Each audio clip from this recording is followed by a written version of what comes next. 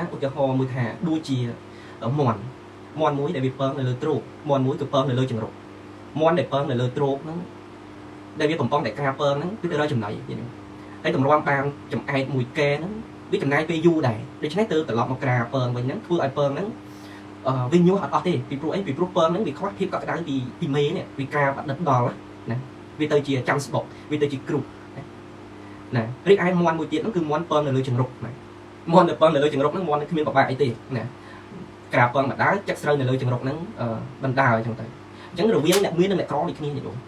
អ្នកក្ររវល់រកការងាររកជីវភាពរកលុយកាក់មកគួតគួងគ្រួសារផងមកបង់ធនាគារផងតើមានពេលវេលាណាគ្រប់គ្រាន់ផ្ដល់ភាពកក់ក្ដៅឲ្យកូនឲ្យក្រុមគ្រួសារគ្មានទេរវល់គិតតែរឿងជាពាក់គេគិតតែរឿងបង់អង្គការនេះនោះគិតមិន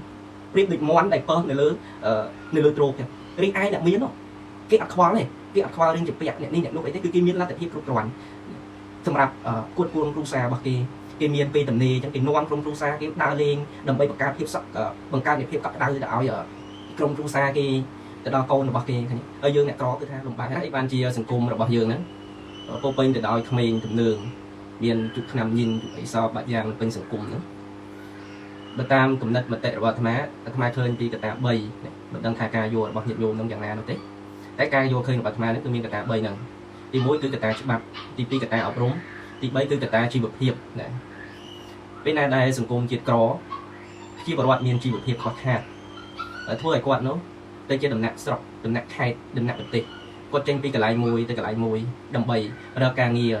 រកលុយកាក់មកចិញ្ចឹមគ្រួសារចិញ្ចឹមជីវភាពពីនោះហើយធ្វើឲ្យគាត់នឹងកម្លាតចេញពីកូន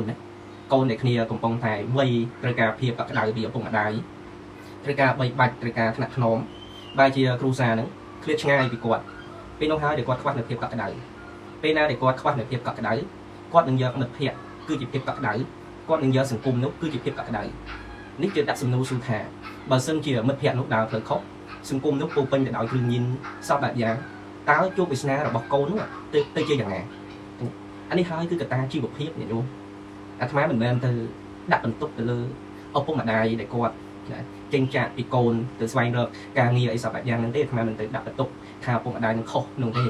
ដែលអាត្មាលើកប្រធានបទនេះគឺកត្តាជីវភាពហ្នឹងតែម្ដងធ្វើឲ្យក្មេងដែលគ្នាកំពុងតែត្រូវការភាពកក់ក្ដៅបែរជាគាត់ខ្វះភាពកក់ក្ដៅនេះនោះសង្គមគេដែលអ្នកមានប្រទេសគេដែលរីកចម្រើន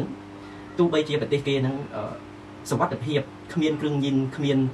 អំពើចោរកម្មអីសពបែបយ៉ាងក៏ដោយពួកគេអត់ប្រឡែងកូនចោលទេវ័យដែលក្រោម18ឆ្នាំហ្នឹងកូននោះគឺស្ថិតនៅក្រោមអាណាព្យាបាលការគ្រប់គ្រងរបស់ឪពុកម្ដាយ